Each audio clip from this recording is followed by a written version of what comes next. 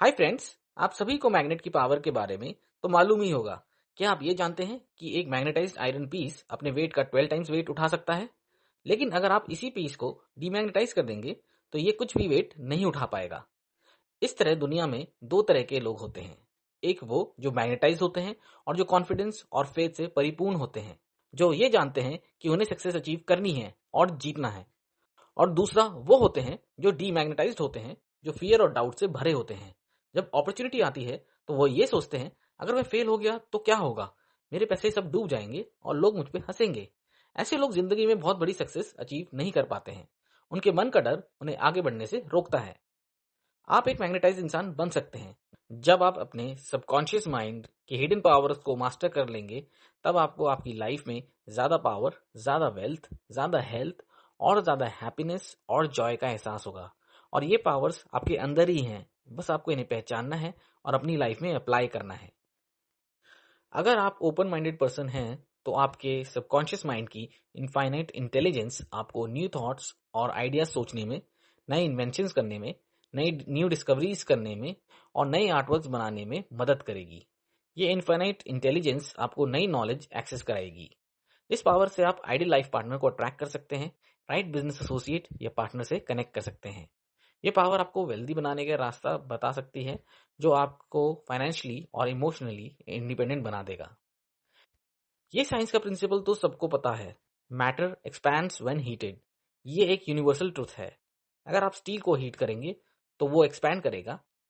इसी तरह ये भी एक यूनिवर्सल ट्रुथ है कि आप जो भी अपने सबकॉन्शियस माइंड में सोचते हैं वो आपके सामने एक इवेंट या एक्सपीरियंस बन के आता है।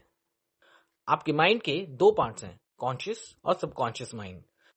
आपका सबकॉन्शियस माइंड उस गार्डन की तरह है जिसमें आप एक गार्डनर हैं और आप उसमें अपने थॉट्स के सीड्स प्लांट करते हैं। जैसा आप बोएंगे वैसा आप काटेंगे। अगर आप उसमें कांटे उगाएंगे तो आपको कभी अंगूर नहीं मिलेंगे। आपको उसमें सुख, शांति, पॉजिटिव एक्शंस, गुडविल और प्रॉस्पेरिटी के थॉट्स को उगाना चाहिए।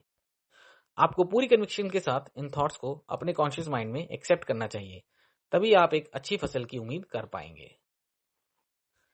एक बार एनरिको करूजो को सिंगिंग के लिए स्टेज पे जाना था, पर उन्हें स्टेज फ्राइट के कारण डर लगने लगा और वो कहने लगे, मैं नहीं गा सकता, सब लोग मुझ पे हंसेंगे, मेरा करियर फिनिश हो गया। ये बोलते हुए वो ड्रेसिंग रूम की तरफ घूमे। तभी अचानक वो जोर से बोले, मेरा छोटापन मेरे बड़प्पन को मारना चाहता है। वो स्टेज की तरफ घूमे और अपने छोटेपन को बोले, तुम यहाँ से जाओ, मेरा बड़प्पन चाहता है कि मैं गाना गाऊं। अपने बड़प्पन से करूजो अपने सबकॉन्शियस माइंड की लिमिटलेस पावर और विजडम को रेफर कर रहे थे। जब उनकी टर्न आई तो वो स्टेज पे गए और उन्होंने मेजेस्टिकली परफॉर्म किया। तो आपने देखा कि किस तरह करूजो ने अपने फियरफुल कॉन्शियस माइंड को कंट्रोल किया अपने पॉजिटिव और अथॉरिटेटिव स्पीकिंग से। आपका माइंड सबसे प्रेशियस एसेट है। आपके माइंड की लिमिटलेस पावर आपकी होगी जब आप उसे यूज करना सीख जाएंगे। आपका सबकॉन्शियस माइंड क्रिएटिव है और आपके इमोशंस का घर है।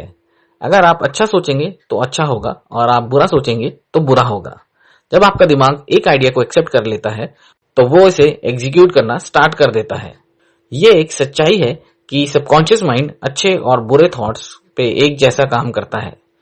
जो भी आप मेंटली सोचते हैं कि सच है, आपका सबकॉन्शियस माइंड उसे एक्सेप्ट करता है और आपको उसका एक्सपीरियंस कराता है।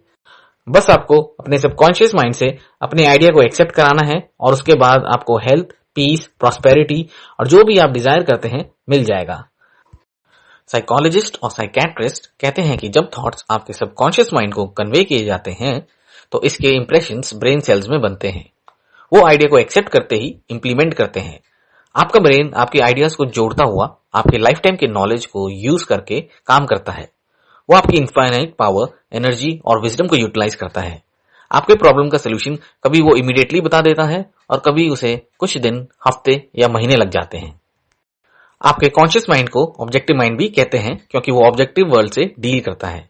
अपनी ऑब्जर्वेशन के लिए वो आपकी 5 सेंसेस को यूज करता है और उसका सबसे बड़ा फंक्शन रीजनिंग होता है। आपका सबकॉन्शियस माइंड को सब्जेक्टिव माइंड भी कहते हैं। सब्जेक्टिव माइंड अपने एनवायरनमेंट को इंट्यूशन से समझता है। ये आपके इमोशंस और मेमोरीज को मैनेज करता है। आपका सब्जेक्टिव माइंड अपने हाईएस्ट फंक्शन तब परफॉर्म करता है जब ऑब्जेक्टिव माइंड सस्पेंड, स्लीपी या ड्राउजी स्टेट में होता है। आप अपने सब्जेक्टिव माइंड से दूसरों के थॉट्स रीड कर सकते हैं, सील्ड एनवेलप का कंटेंट और क्लोज बुक्स भी रीड कर सकते हैं। डॉक्टर एवलिन फ्लीट बताते हैं कि एक बार उनके पास एक लड़की पेशेंट आई जिसे आर्थराइटिस और सोरियासिस था। डॉक्टर ने सारे ट्रीटमेंट किए पर वो ठीक नहीं हुआ।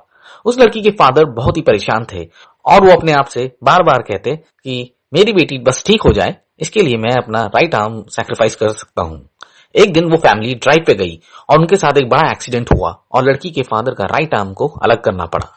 हॉस्पिटल से ठीक होने के बाद जब वो घर आए तो उन्होंने देखा कि उनकी डॉटर का आर्थराइटिस और सोरियासिस बिल्कुल ठीक हो गया।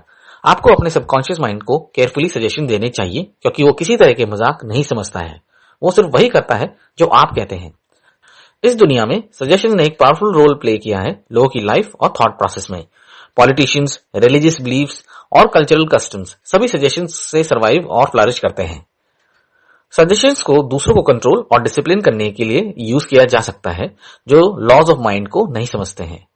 अपने नेगेटिव फॉर्म में ये सबसे डिस्ट्रक्टिव रिस्पॉन्स पैटर्न है।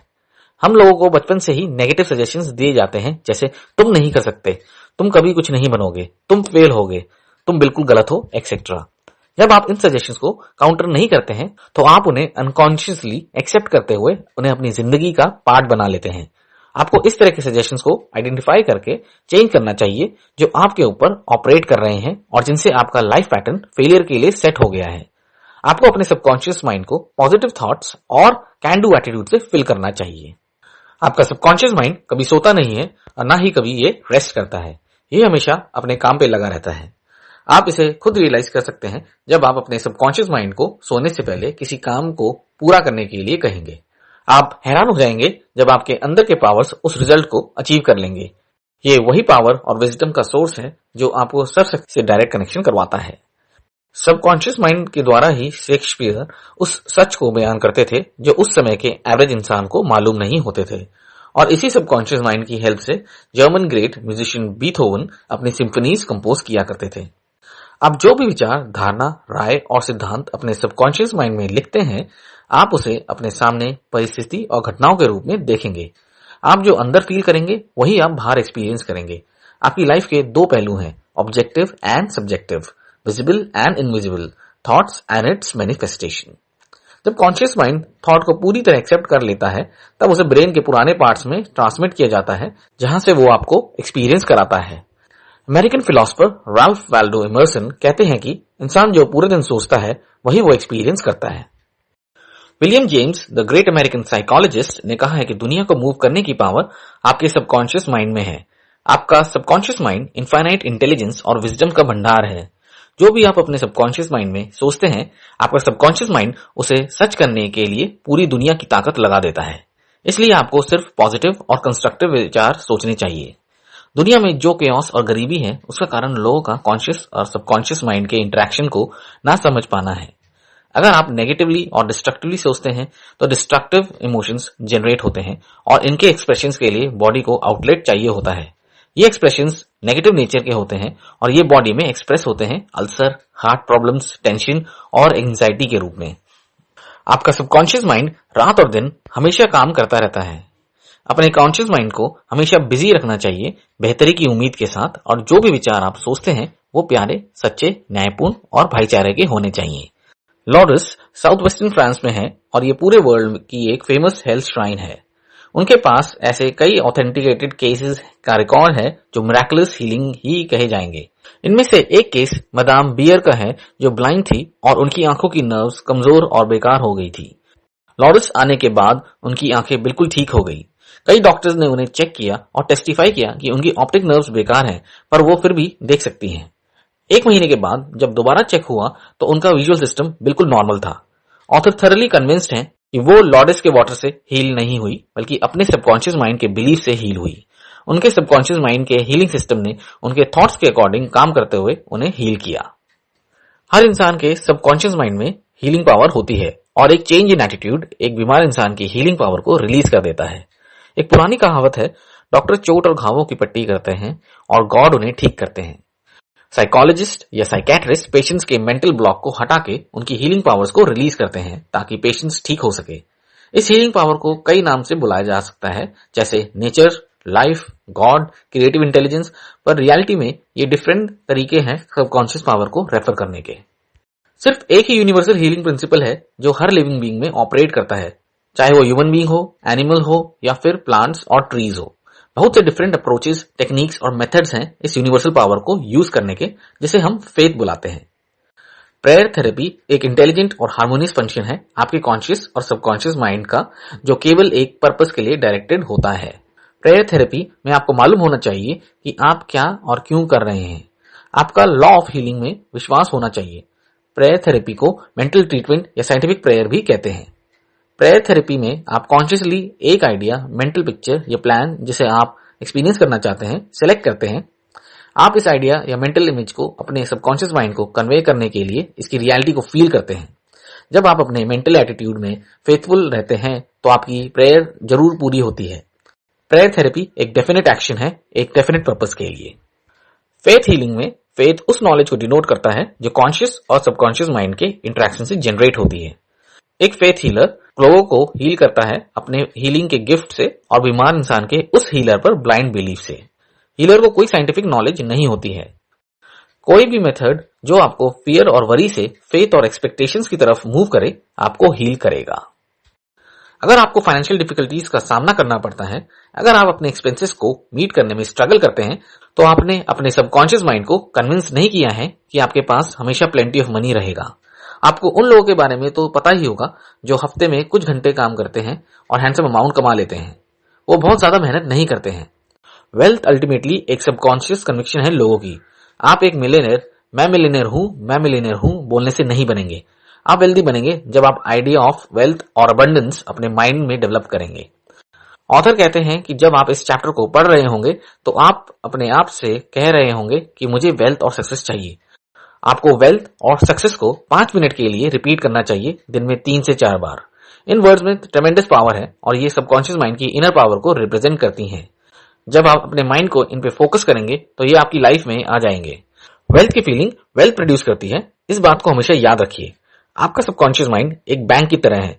आप जो भी आइडिया इसमें डिपॉजिट करते हैं वो ऑटोमेटिकली बढ़ जाता है, चाहे वो आइडिया वेल्थ का हो या पॉवर्टी का। आप हमेशा वेल्थ को चुनिए।